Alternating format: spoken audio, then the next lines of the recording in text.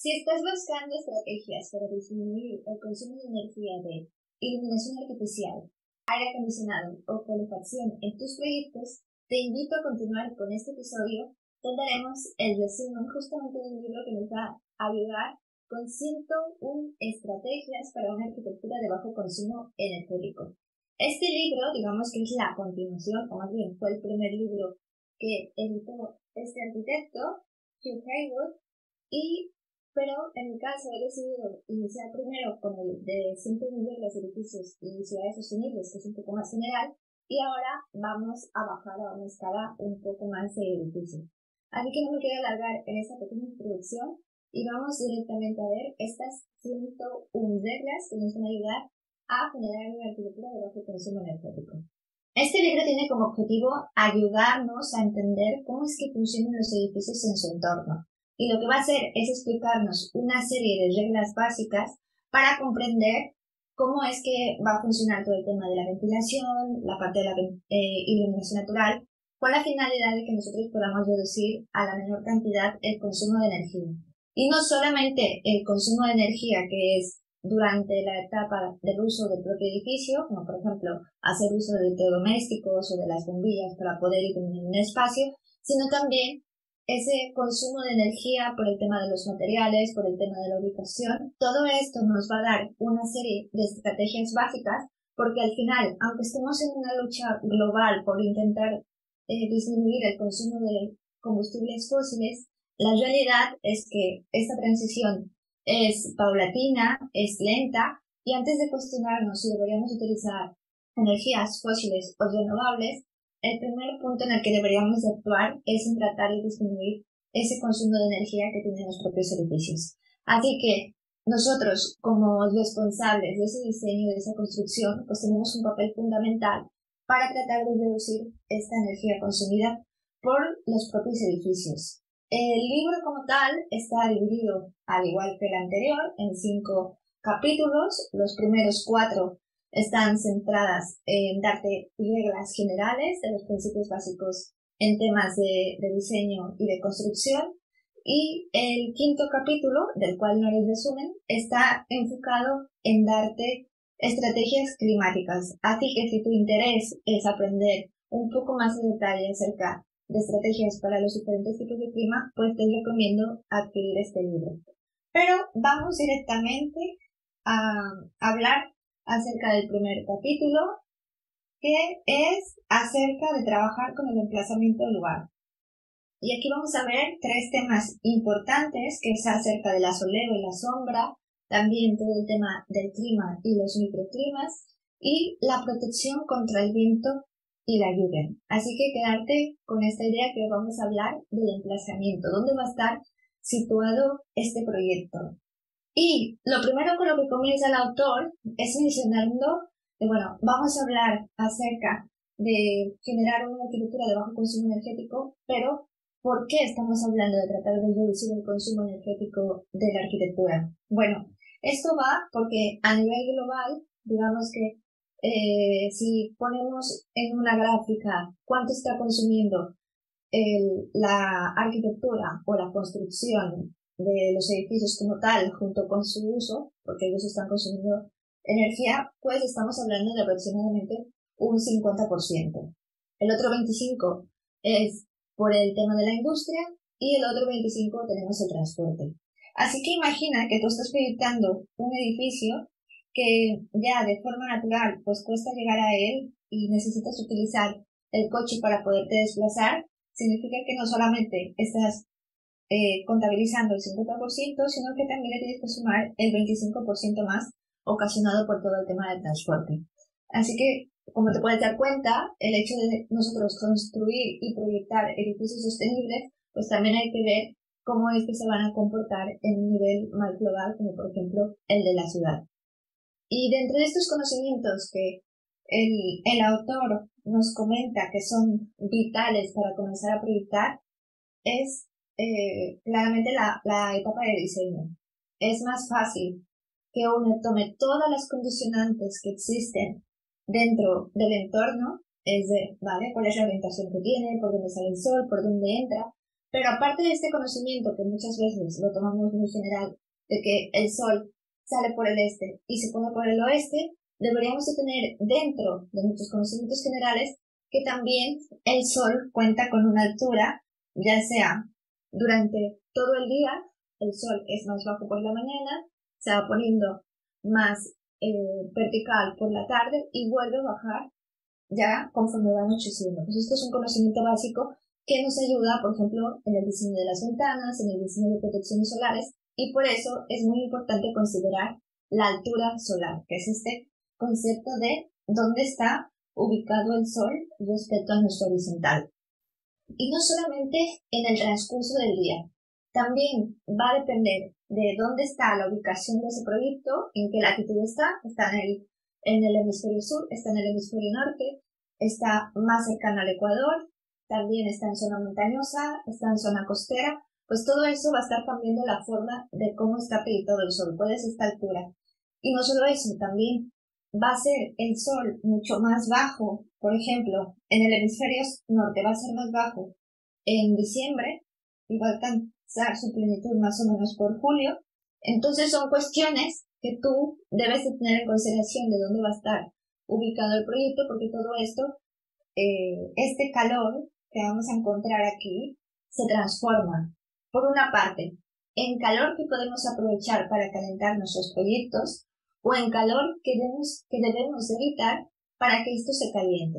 Y aquí estamos hablando de estrategias de ventilación, de enfriamiento, a manera de que no necesitemos nosotros pues tener ese calor adicional.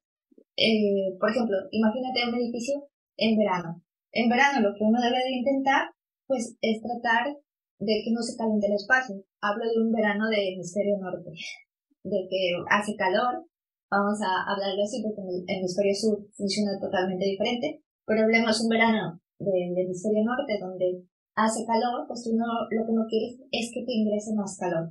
Entonces, el conocer justamente esta altura solar, pues te va a ayudar a que tal vez en época de verano, pues generes una protección que no te permita el paso del sol en los meses de mayo, junio, julio y agosto, que tal vez es cuando tienes mucho más calor, pero que sí te permita los pasos de los rayos de sol en diciembre, cuando el sol está mucho más bajo y es cuando de verdad tú quieres que esté calientito al interior de tu vivienda. Así que conocer este punto, digamos que vendría siendo lo más importante.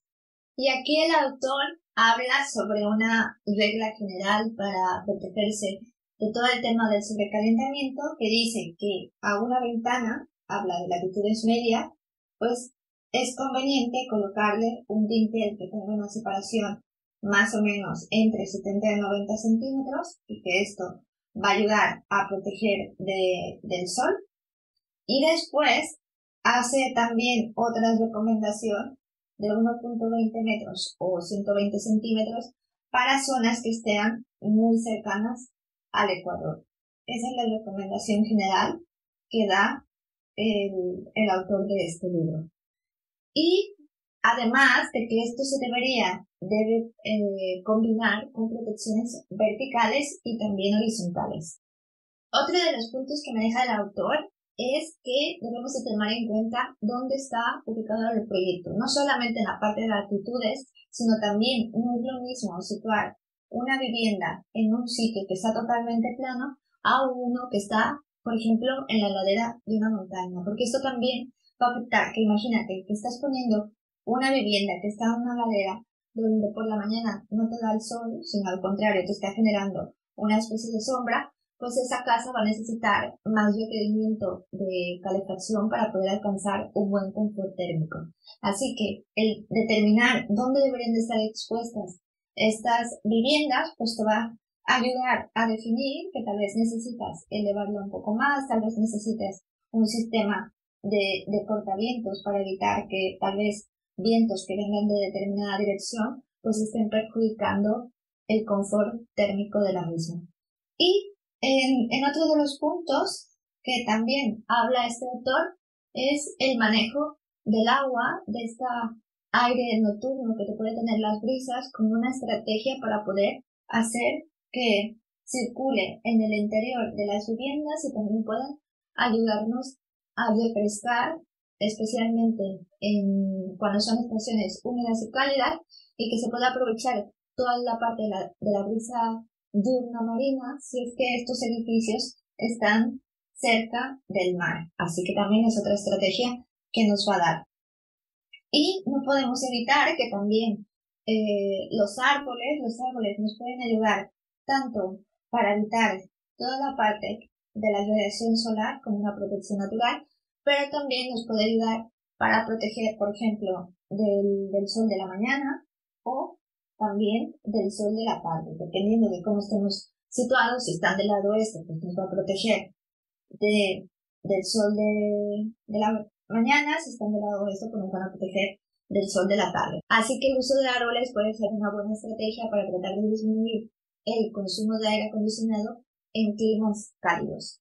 Y bueno, en el caso de climas que tienen oscilación entre invierno y verano, que por ejemplo los veranos son muy cálidos pero los inviernos son muy fríos, pues él menciona que se podría utilizar árboles de hoja caduca, que en el invierno se cae la hoja y por lo tanto permite el paso del sol, pero en verano pues está totalmente lleno de hojas y lo que hace es generar una protección para que no tengas totalmente la radiación directa.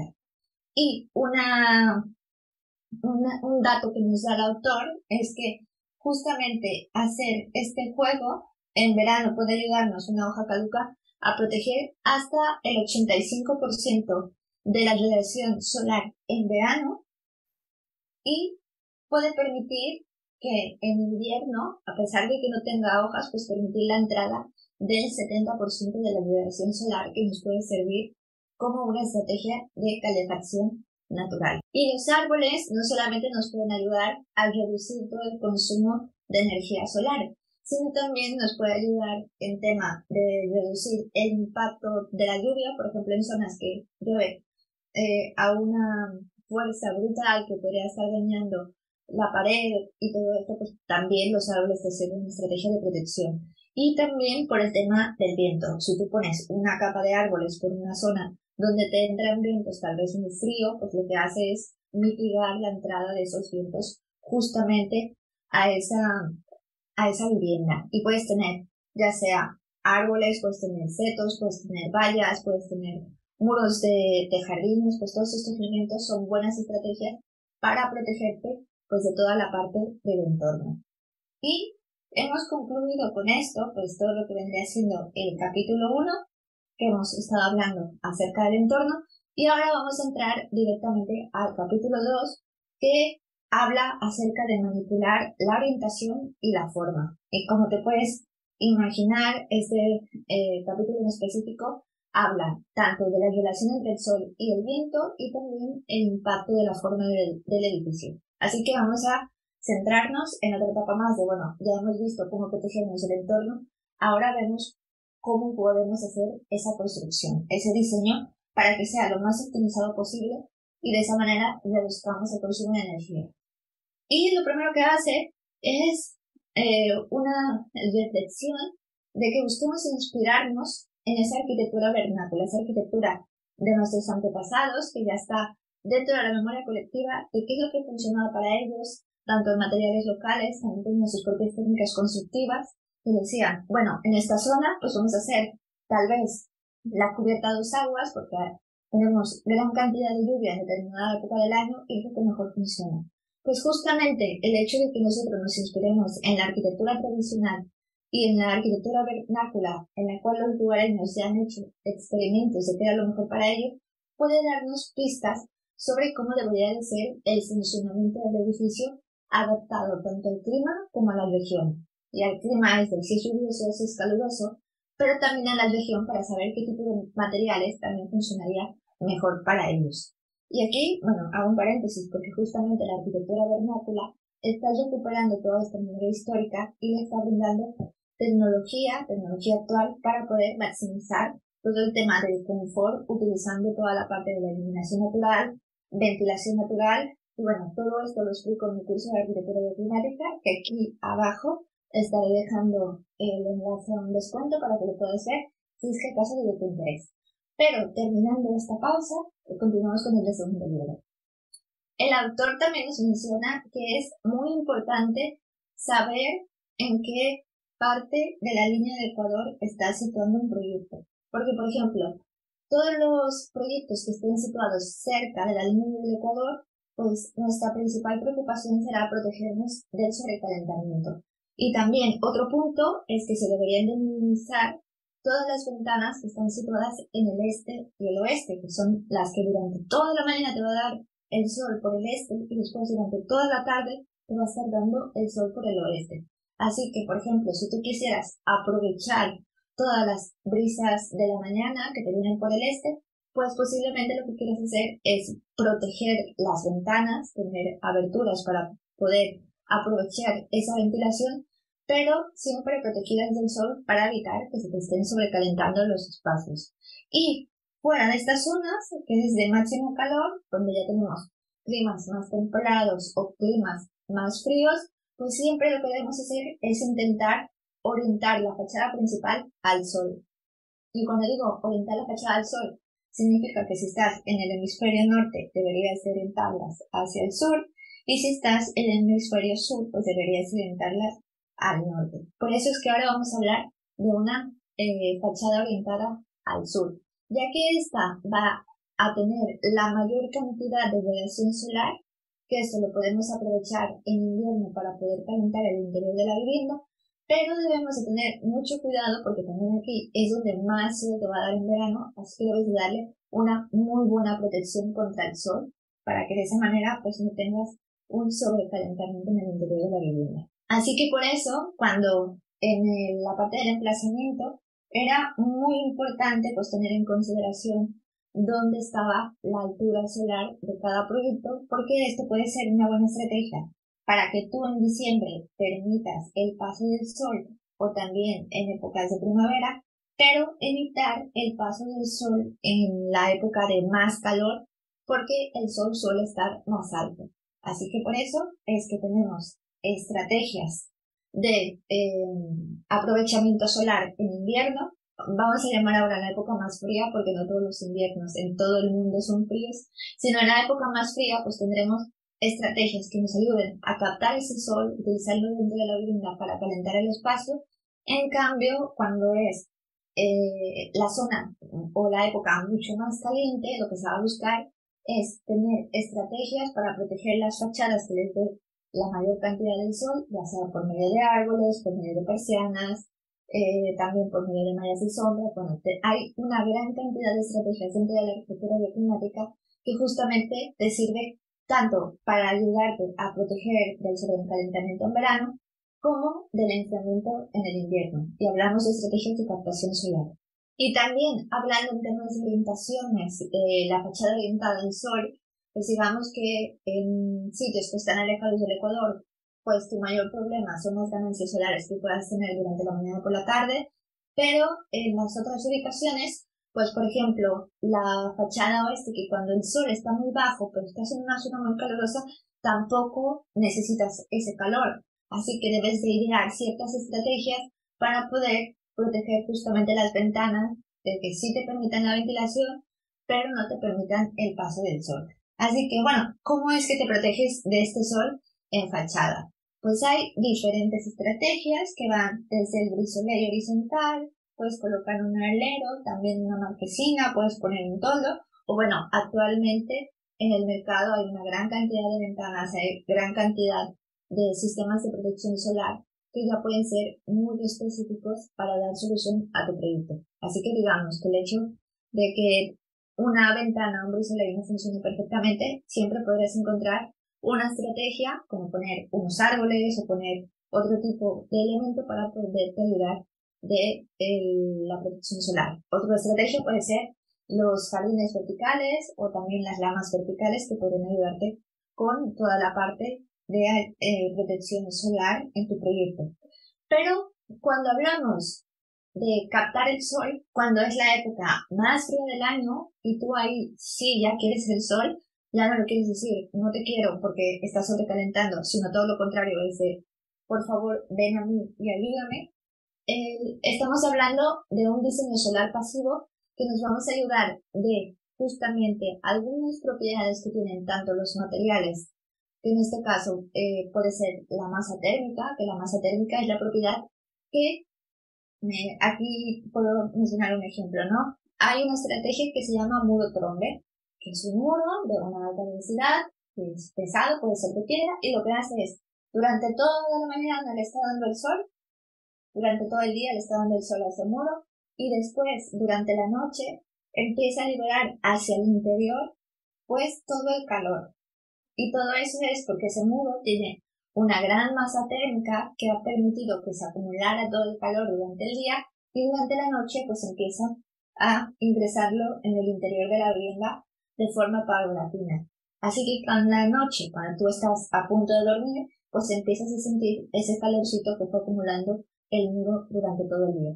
Así que esta sería una estrategia aprovechando las propiedades térmicas de los materiales. Y aquí, pues otro punto que debemos de tomar en cuenta es las actividades que hacen los ocupantes de esa vivienda.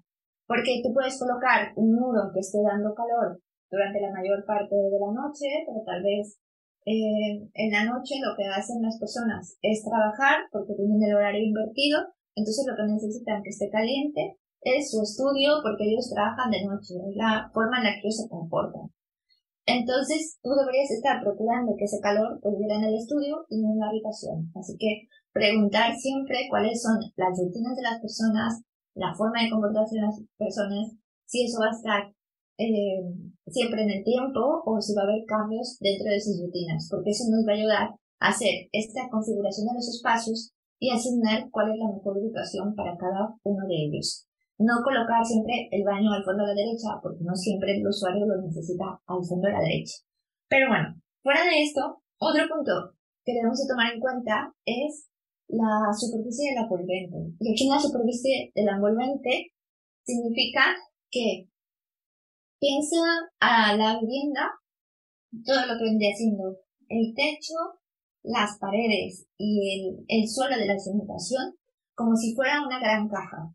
Y si tú a esa caja le haces aberturas, lo que estás haciendo es que por ahí te entre o la luz del sol, o te entre calor, o te entre frío. Entonces, mientras más sellada esté esa envolvente, que le vamos a llamar envolvente térmica, mejor va a funcionar, tanto para que no te entre tanto el calor, como también para evitar que se escape el calor cuando ya has conseguido, no sé, poner una chimenea aquí en el interior de una vivienda y no quieres que se te escape el calor. Pues mientras mejor sellada y menos filtraciones tengas, pues va a funcionar mucho mejor ese envolvente. Pero algo que debes de tomar en cuenta es que mientras más grande sea el envolvente, mientras tu edificio sea mucho más grande, pues más energía va a consumir para mantenerse ya sea fresco o para mantenerse caliente. Así que tener un edificio lo más compacto posible te va a ayudar a que no necesitas tanta energía para poder suministrar el confort térmico. Y es por eso que para tener un equilibrio más claro entre las pérdidas y ganancias, pues lo ideal es tener un volumen que sea alargado y orientado al sol. Hablo de las ubicaciones que estén en hemisferios norte y sur, porque así de esa manera pues puedes aprovechar y tener un equilibrio mejor entre pérdidas y ganancias. Y bueno, como ya te habrás percatado, conocer todo el tema de la orientación, de saber la forma del edificio y de poder decir, bueno, dónde van a estar las ventanas, dónde va a estar el sol, por dónde se mueve el sol, cuál es la altura solar, pues son cuestiones que son esenciales dentro de nuestro proyecto. También conocer el sol, la dirección del viento, pues toda esa información es esencial que lo tengamos marcado dentro de nuestros proyectos, porque nos va a ayudar a generar las estrategias correctas dependiendo de la ubicación. Así que antes de ponerte a diseñar en papel cuál va a ser el proyecto ideal, es importante que pongas primero toda la información que te ofrece el entorno y también la información que te prestan los mismos habitantes del edificio, porque ellos te van a ayudar a configurar dónde van a ser los mejores espacios dentro de esa vivienda. Y ahora vamos al capítulo número 3, que en el capítulo 3 lo que vamos a ver es ya hablar más acerca de ese envolvente del edificio de bajo consumo. Eso que les dije de la caja de zapatos más o menos, que si le haces una abertura, pues vas a ayudar a que salga o entre temperatura, pues vamos a ver más a detalle cómo debería de ser esta caja de zapatos, esta envolvente de edificio de bajo de consumo, y vamos a aprender acerca de qué es la construcción pesada, la construcción ligera, cuáles son las necesidades horarias de calefacción y también a ver estrategias para la reducción de pérdidas de calor. Y aquí vamos a ver algo que ya había comentado yo en el capítulo pasado, porque me he adelantado, porque ya tenía el conocimiento y lo he dado ahí, pero el autor, esta parte de la masa térmica, no te la explica como tal en el capítulo 2, sino te lo explica en el capítulo 3. Esto que les había dicho, de colocar un muro que esté irradiando calor a la zona adecuada donde nosotros lo necesitamos, pues es justamente lo que va a estar hablando el autor en todo el capítulo 3. También él menciona que la propiedad que nosotros buscamos es colocar estos, por ejemplo, muros que sean gruesos, que sean unos fuertes almacenadores de calor, que la propiedad que ellos tienen pues va a ser una gran masa térmica. Y aquí, por ejemplo, un muro de piedra va a tener más masa térmica que un muro de madera, por ejemplo, porque la masa térmica de la piedra hace que durante muchas horas se esté calentando porque le está dando el sol directo y después, pasadas muchísimas horas, pues lo que está haciendo es transmitir la temperatura. Así que la cantidad de horas que está digamos que calentándose a que después se llama esa temperatura que tarda mucho tiempo, pues está hablando que es un material de alta inercia térmica. Y después tenemos otros materiales como la madera, que así como entra calor, también entra calor al interior de la vivienda, pues esos serían materiales de baja inercia térmica, perdón. Y toda esta curva entre que, por ejemplo, se está calentando el material y después se enfría, pues todo sería el desfase térmico de lo que hay entre la temperatura interior y la temperatura exterior. Pero, bueno, esto también tiene que ver con la evolución de cómo se calienta durante la mañana, durante la tarde, cómo se comporta por la noche, pues todo eso, digamos que son cuestiones técnicas que intento explicarle lo más fácil posible, pero que en el curso de arquitectura y problemática lo explico más a detalle.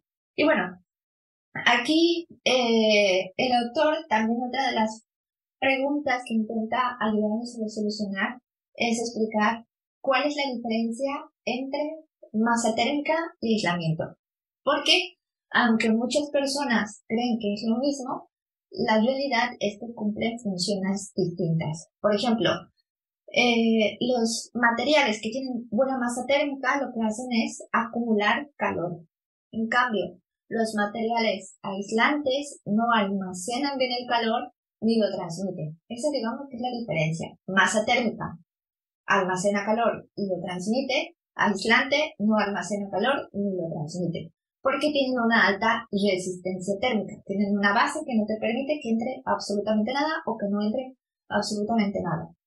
Por eso es que la masa térmica nos ayuda a almacenar calor y a transmitirlo, y es buena estrategia tanto para climas fríos, que es lo que a veces estamos buscando, o también para transmitir frescura que pueda estar en otra área, como por ejemplo creo que hay ciudades en Italia donde aprovechan las cuevas para aprovechar el frescor de las cuevas y transmitirlo al interior de la vivienda.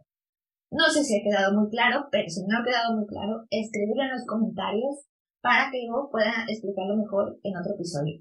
Porque al final todo esto es muy técnico y explicarlo así tan brevemente, pues muchas veces no se puede hacer. Pero bueno, continuando. Aquí el autor, y quise copiar esta pequeña imagen, nos da un ejemplo.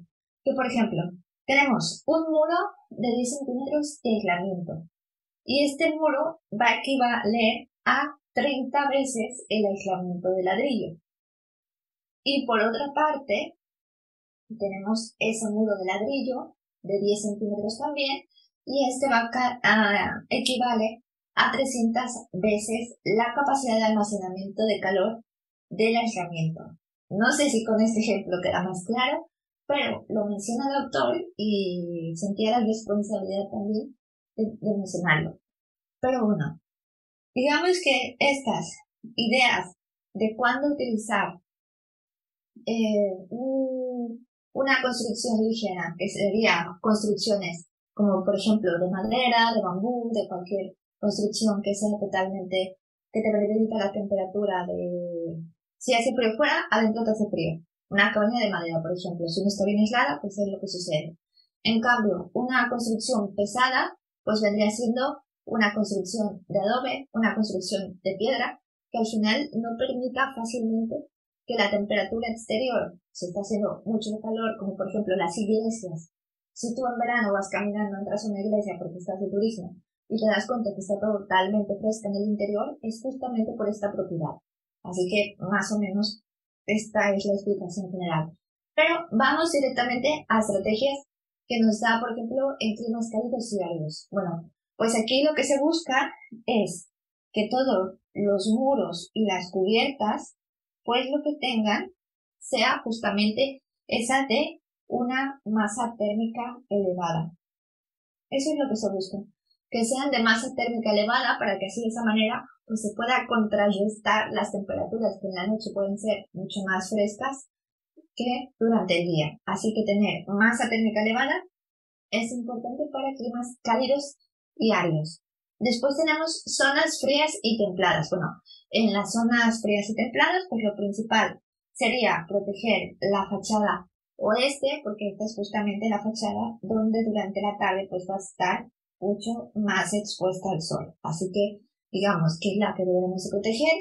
Y otra estrategia que nos da el autor es que en sitios donde los inviernos sean largos y muy fríos, o donde los veranos sean también muy largos y muy calurosos, también utilizar estrategias de masa térmica elevada pues puede ayudar a tratar de aprovecharnos de que si durante la noche está, por ejemplo, todo el exterior frío y después quieres aprovechar ese exterior frío y ponerlo dentro de la vivienda, pues también lo puedes aprovechar de todo el tema de la masa térmica. Y tenemos también los climas cálidos y húmedos, que a diferencia de los otros climas cálidos y áridos, lo que se busca es que aquí sea de menor masa térmica. Lo que se busca es que sea una construcción ligera, donde, digamos, puede haber una variación de que si adentro hace calor, pues adentro también haga calor, pues si hace frío fuera, pues también afuera haga frío. Es el consejo del autor, así que el recalco que yo estoy compartiendo el resumen de las estrategias. Y después tenemos que en el clima cálido y seco, pues lo ideal es que haya una combinación tanto de una construcción que sea ligera como una construcción que sea pesada, dependiendo de la ubicación de cada zona. Si te da el calor, pues buscarás tal vez que sea una construcción pesada. Si te da el frío porque quieres que esté más fresco, pues tal vez te conviene que ese muro pues sea ligero. Entonces tendrás que ir jugando con cada uno de muros pesados, muros ligeros, dentro del clima cálido seco. El autor también nos hace una diferencia de en qué momento deberemos utilizar la construcción ligera y en qué otro la construcción pesada.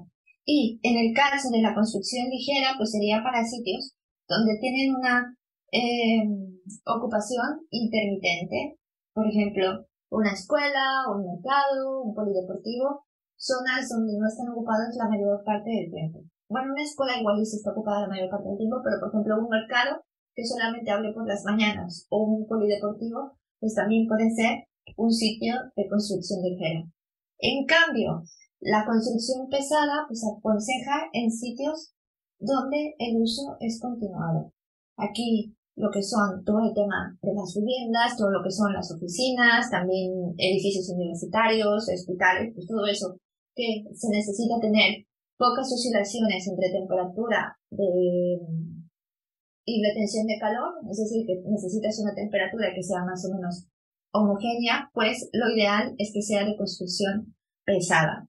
Y aquí el autor nos aconseja que cuando hablamos de temperatura, nosotros lo que estamos intentando encontrar es una zona de confort.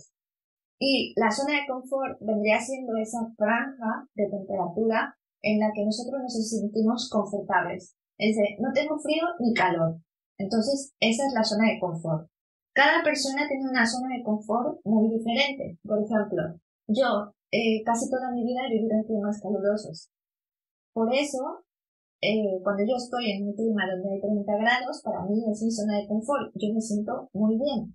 Ahora vivo en Barcelona, donde las temperaturas son mucho más bajas. Yo, con 20 grados, estoy muriendo de frío porque estoy acostumbrada a unas temperaturas más elevadas. En cambio, una persona que toda su vida ha vivido en climas fríos, pues para él 20 grados lo hace ir con manga corta, cuando yo voy justamente de manga larga. Pues esta es la zona de confort.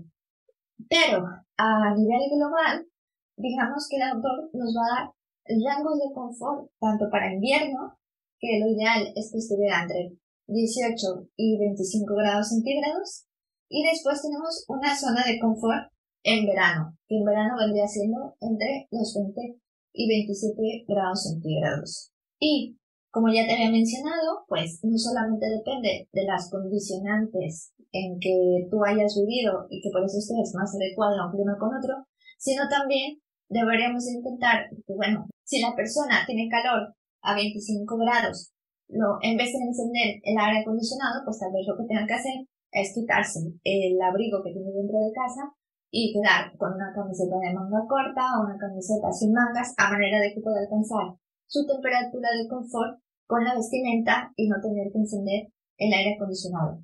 Y todo esto, pues son cuestiones que tú como arquitecto deberías seguir inculcando en, ahora sí, la forma de pensar de las personas a las que le estás proyectando, para que de esa manera pues se pueda seguir conservando las condiciones óptimas de bajo consumo energético de la vivienda que tú estés diseñando. Así que en resumen, digamos que en verano todas las estrategias que estamos haciendo pues va a intentar de sacar la mayor cantidad de calor que nos viene, porque en verano, pues pensando que es caluroso, aquí verano caluroso, pues lo que intentamos hacer es que el calor no entre dentro de la vivienda, porque nos va a sobrecalentar el ambiente y por lo tanto lo primero que haremos será encender aire acondicionado. Pues lo que vamos a hacer en verano es protegernos totalmente de la entrada del sol. Y en invierno lo que vamos a hacer, por una parte, invitar a que entre el calor y por otra tratar de sellar lo más posible, generar barreras a manera de que ese calor no se nos escape. Ejemplo de estas protecciones, pues tenemos ventanas pivotantes verticales, tenemos también de acordeón, pivotantes horizontales y tenemos ventanas coberteras. Pues todo esto nos va a ayudar a protegernos de que no se nos escape el calor que se ha conseguido mantener o generar dentro de la vivienda. Y con esto terminamos el capítulo número 3 y vamos directamente al capítulo número 4, donde hasta este momento hemos estado hablando del emplazamiento, hemos estado hablando también de la forma y la orientación del edificio y hemos hablado de algunos detallitos de lo que vendría siendo la envolvente térmica del edificio. Pues ahora vamos a ver el capítulo 4, que vamos a hablar acerca de energía y ambiente interior y vamos a ver 4 puntos principales. El primero, estrategias de calefacción gratuita. ¿Cuáles son las mejores maneras de captar solar, que es directa, aislada o indirecta? También cómo hacer una refrigeración gratuita, que es como utilizar el aire acondicionado pero sin aire acondicionado, es decir, enfriar el lugar de forma natural, y aquí podemos hacer el uso de la tierra, el viento y el agua. También estrategias de iluminación gratuita, que es aprovecharnos de la luz del sol, la luz natural. Y por último, el uso del color. Y vamos a hablar directamente del espacio interior. Y aquí esta imagen, que no es de libro, sino es de un documental que se llama Next Generation, y que aquí el autor se está enfocando en este estudio, es que nosotros pasamos el 90% de nuestro tiempo en espacios interiores. Entonces, es vital que ese confort que nosotros vamos a estar buscando dentro de un espacio interior no sea consumiendo energía, porque al consumir energía, pues la mayoría de la energía que nosotros estamos produciendo es por medio de combustibles fósiles, y si nosotros consumimos combustibles fósiles, se están generando emisiones de gases de efecto invernadero a la atmósfera que están ocasionando el cambio climático y por ende el calentamiento global. Así que es una cadena en la que nosotros participamos si no tenemos especial cuidado en reducir el consumo energético. Por eso es que una manera, y aquí entro a la primera parte, pues es buscar estrategias para que, si ya sabemos que estamos el 90% de nuestro tiempo en el interior de un espacio, es cómo logramos calentar un espacio de forma gratuita.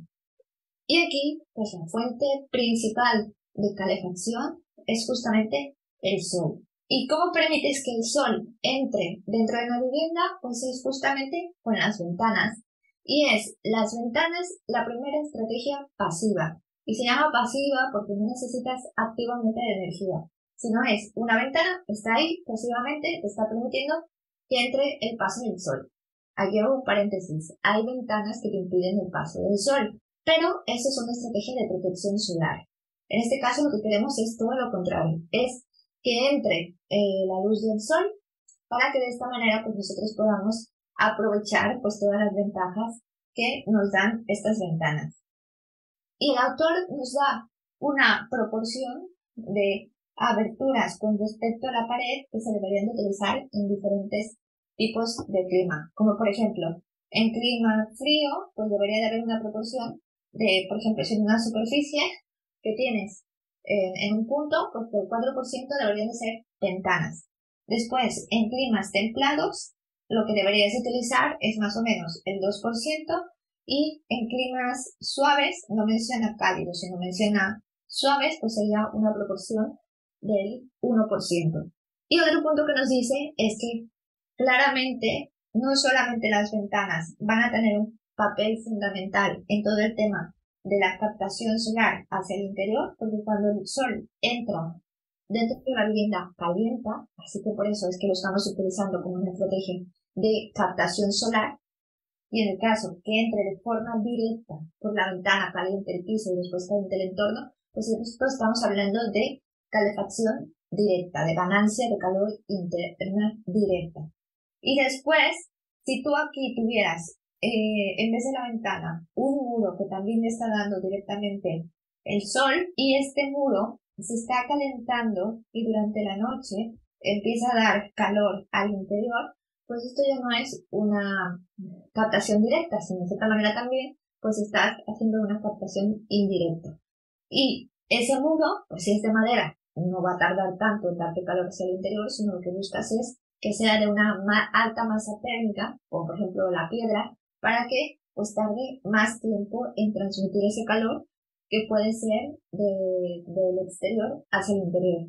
Aquí de nada te sirve colocar un muro que se te calienta en la mañana y en una hora ya te está calentando el otro espacio porque no lo necesitas, porque ya tienes calor durante la mañana, sino tú lo quieres durante la noche, que es cuando ya no está la luz del sol que te puede calentar el espacio. Así que por eso, el hecho de generar huecos es una estrategia de calentar, pero también deberías irlo combinando con otras estrategias, como por ejemplo utilizar muros de alta masa térmica. Ahora, no solamente el sol te genera calor, también dentro de los espacios, pues tienes otras ganancias de calor. Te dan ganancias de calor las propias personas, ellas también están generando calor. Te dan ganancias de calor los electrodomésticos, las bombillas, todos los equipos instalados. Pues todo esto te va a permitir que también puedas ir jugando en el interior cómo es que vas a utilizar el edificio.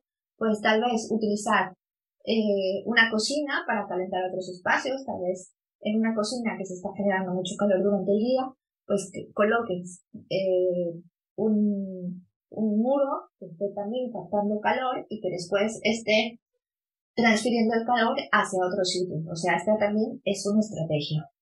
Y bueno, otro punto que se podría utilizar es las galerías acristaladas. Las galerías acristaladas son muy utilizadas en países de clima mediterráneo.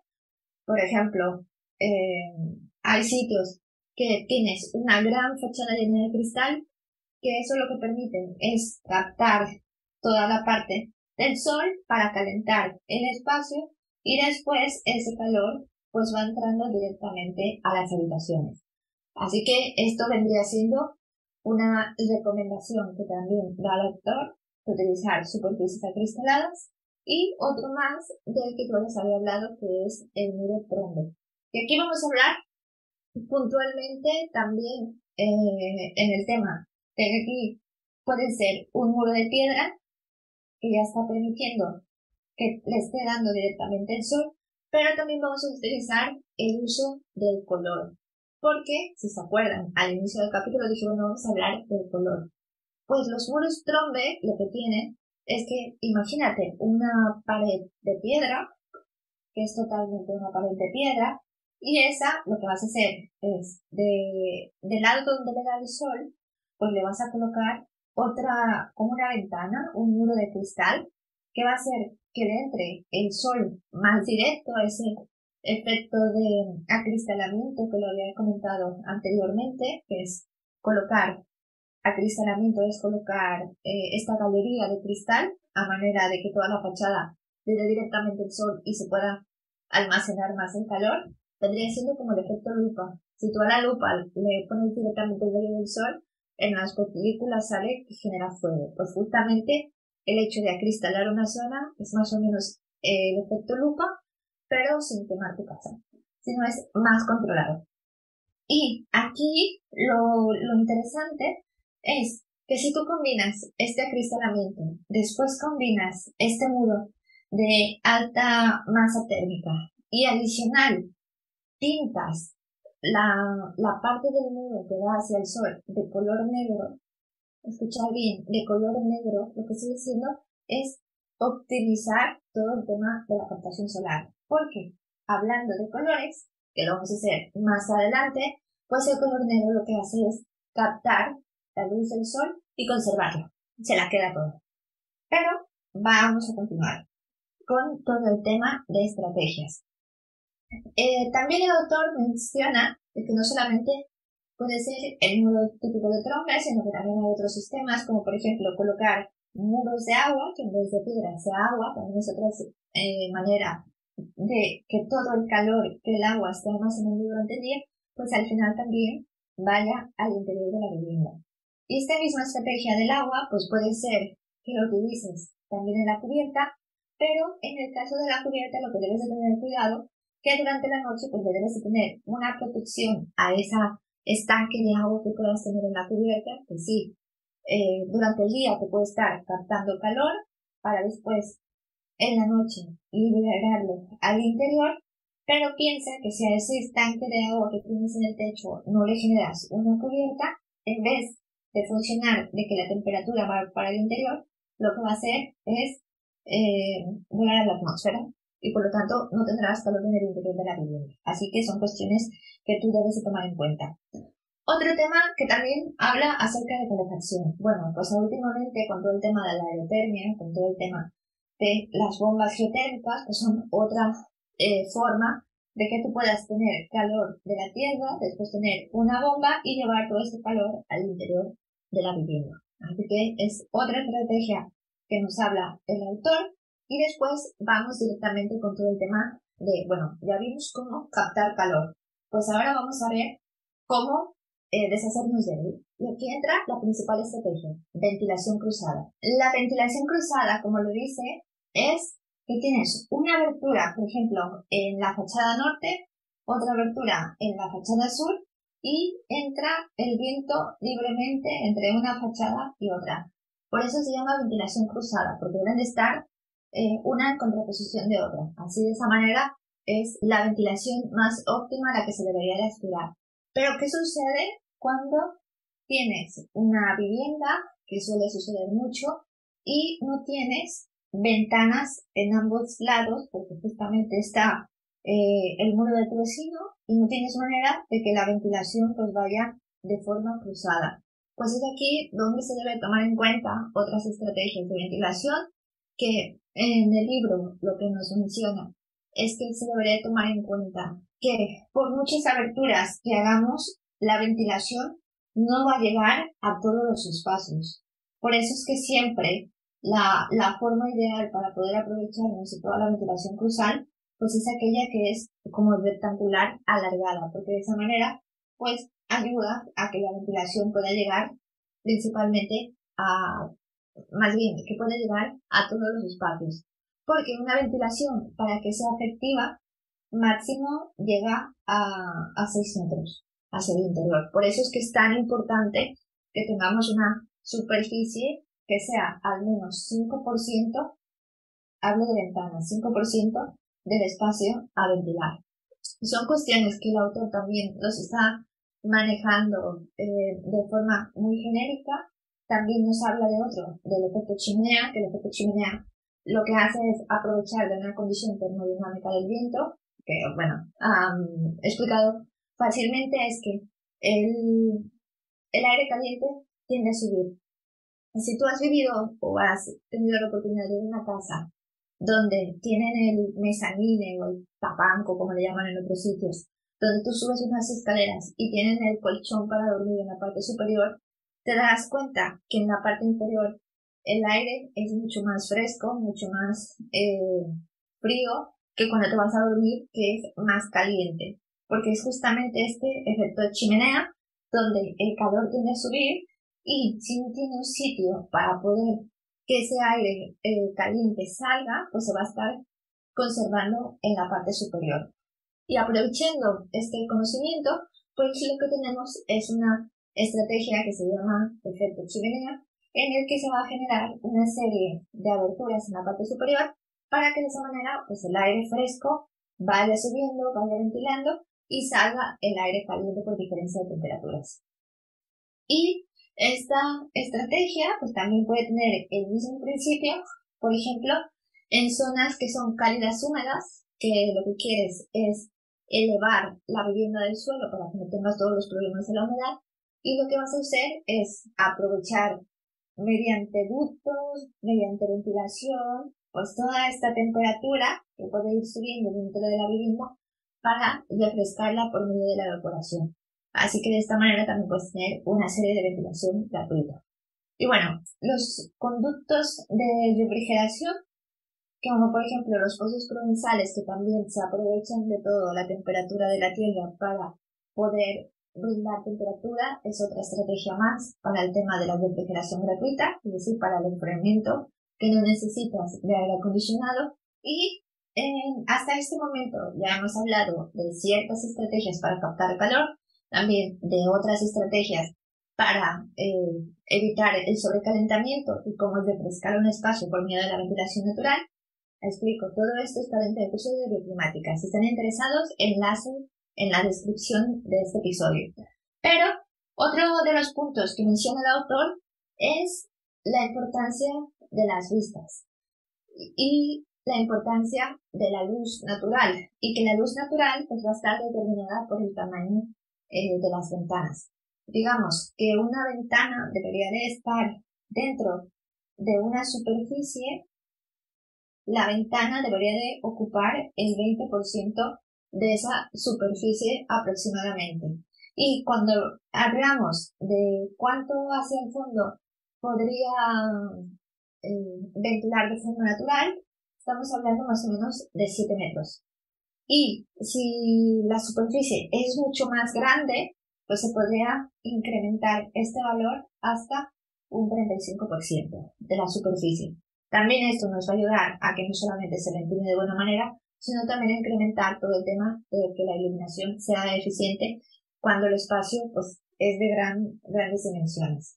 Y aquí, hablando también en el tema de la iluminación, todo el tema de la iluminación natural, pues algo que se debe de tomar en cuenta es que también la altura de las ventanas importa. Y en este caso, por ejemplo, en edificios que son muy profundos, pues claramente vas a necesitar iluminación artificial para iluminar la zona más alejada de la ventana. Por eso es que lo ideal es que las ventanas tengan una proporción. Por ejemplo, si la ventana tiene 1 metro, pues va a alcanzar a iluminar máximo 2 metros de altura. Y no puedes tener una ventana de 4 metros para iluminar un espacio de 8. Entonces, son cuestiones que tú debes ir pensando en tema de proporciones, porque mientras más poco profundo sea, no sé, de entre 12 y 14 metros máximo, pues más ideal será todo el tema de la ventilación y la iluminación natural. Por eso es que todo el tema de la ventilación natural es tan complicada, porque no todas las casas tienen una ventilación cruzada donde puedes tener ventanas por ambas fachadas, sino que estamos condicionados también de si se comparte el muro con un vecino, de tal vez hay una zona donde no tengas paso del viento o no te entre la orientación del viento suficiente, y son cosas que por eso el hacer un análisis bioclimático es tan importante para poder así determinar cuál es la mejor estrategia para cada paso en particular.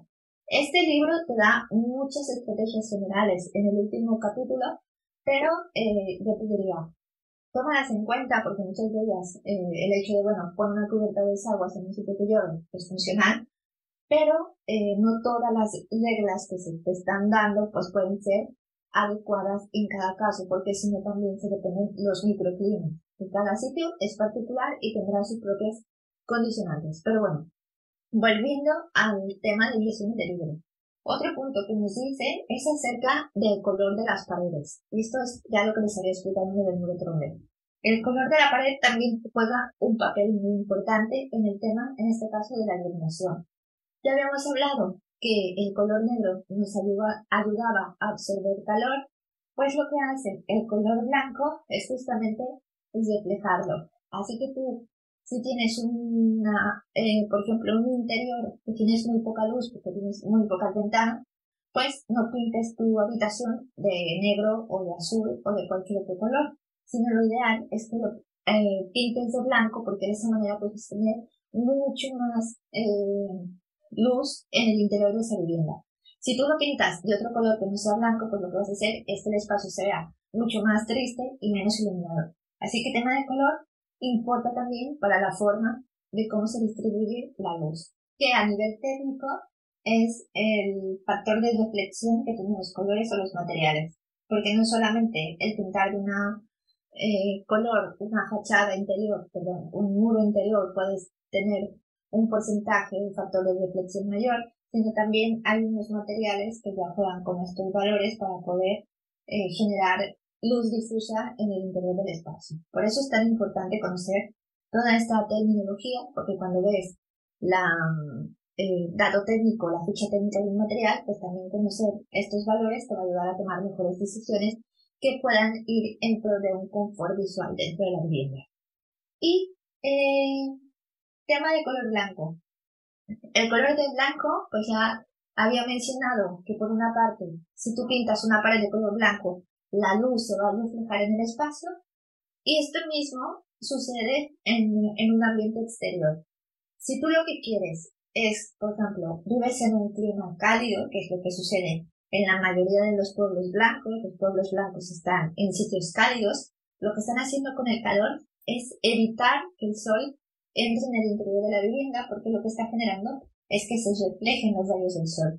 Eso mismo que sucede en el interior, cuando tú viene la luz del sol y se refleja en el interior de la vivienda, pues lo mismo que va a hacer, pero a nivel exterior. En cambio, los sitios que son fríos o, por ejemplo, el muro trombe, lo que vas a hacer es colocar un color negro, un color totalmente oscuro, a manera de que absorbe el calor y no se te vaya la reflexión hacia otro lugar. Por eso es que el uso de los colores es algo muy importante. Y como penúltimo punto, algo también que nos maneja el autor es de, bueno, tú diseñas un edificio perfectamente en temas de captación solar, también de refrigeración nocturna, tú colocas unas persianas, tú colocas unos dispositivos de control solar, pero si estos dispositivos no son fáciles para el usuario, no los va a utilizar y por lo tanto el diseño que tú has planteado para tu edificio no va a funcionar. Por eso es muy importante que cualquier sistema de control deba de ser sencillo, deba de ser intuitivo, porque si no los ocupantes del edificio sinceramente no lo van a ocupar. Harán caso omiso de estos mecanismos y por lo tanto pues no van a tener un pleno control de su entorno. Y por ejemplo, hay muchas oficinas que ponen un termostato que sinceramente no funciona, pero el simple hecho de que una persona pueda manipular su entorno, eso le da un sentido de confort, tal vez como no sé, te dan agua con azúcar y piensas que es medicina, pues el mismo confort puede tener una persona que tiene un sistema de control solar o de temperatura en el interior y que él lo pueda manejar. Por eso es que el autor dice, bueno, si los vas a colocar, que sea lo más fácil e intuitivo posible. Y dentro de, ahora sí, para concluir este libro, un punto importante es de el usuario debe saber cómo funciona su edificio. Debe estar al tanto de cómo va a ser el mantenimiento, debe de estar al tanto de cómo debe de funcionar durante el día y la noche y también cómo debe de funcionar durante las estaciones. Porque si tú le das el edificio y no le enseñas que debe de bajar tal persiana en verano, pero que en invierno debe de abrir tal ventana y cerrar otra persiana, el usuario por sí mismo no lo va a saber. Así que es esencial que tú le entregues un manual al usuario donde le explicas cómo se funciona el edificio tanto de día y de noche, tanto en las diferentes estaciones del año que tú consideras es conveniente ponerlo, y yo agregaría más también cuestiones de mantenimiento. ¿Cuándo le deberían de dar mantenimiento? ¿Cuál es la marca? ¿Cómo se podría sustituir? ¿A quién necesita llamar? Pues toda esta información la debería de tener el usuario para que de esa manera este edificio pues se mantenga pues toda la vida. Y para concluir este resumen, pues como les había mencionado, el libro, al igual que el anterior, que es el resumen del mes pasado, pues tiene una serie de reglas también por tipos de temperatura y al final se dedicas a todo el tema de la construcción e investigación. Te ofrece una serie de notas con diferente bibliografía que puedes implementar de formación. Así que, al igual que el otro libro que había hecho el resumen, lo recomiendo ampliamente que lo tengas dentro de tu bibliografía, porque a pesar de ser libros que son pequeñitos y que son fáciles de leer y también que son muy gráficos, pues te brinda una gran cantidad de bibliografía para que te diga de dónde obtuvo cada uno de los datos y de las reglas que explica en su libro. Y bueno, con esto concluimos este resumen de 101 reglas básicas para un bajo consumo energético. Espero que te hayan gustado y nos vemos el siguiente mes con otro libro que estaré hablando sobre la casa pasiva. Así que espero que te guste mucho. El libro se llama De la casa pasiva, el Standard Passive House. Va a ser el siguiente resumen que haré. Así que espero que te suscribas si aún no lo has hecho. Le des 5 estrellas si lo estoy escuchando en la versión podcast, porque de esa manera pues me ayudas a que yo continúe haciendo esta divulgación de todos los libros de sostenibilidad que existen en el mercado. Así que muchas gracias por llegar hasta el final.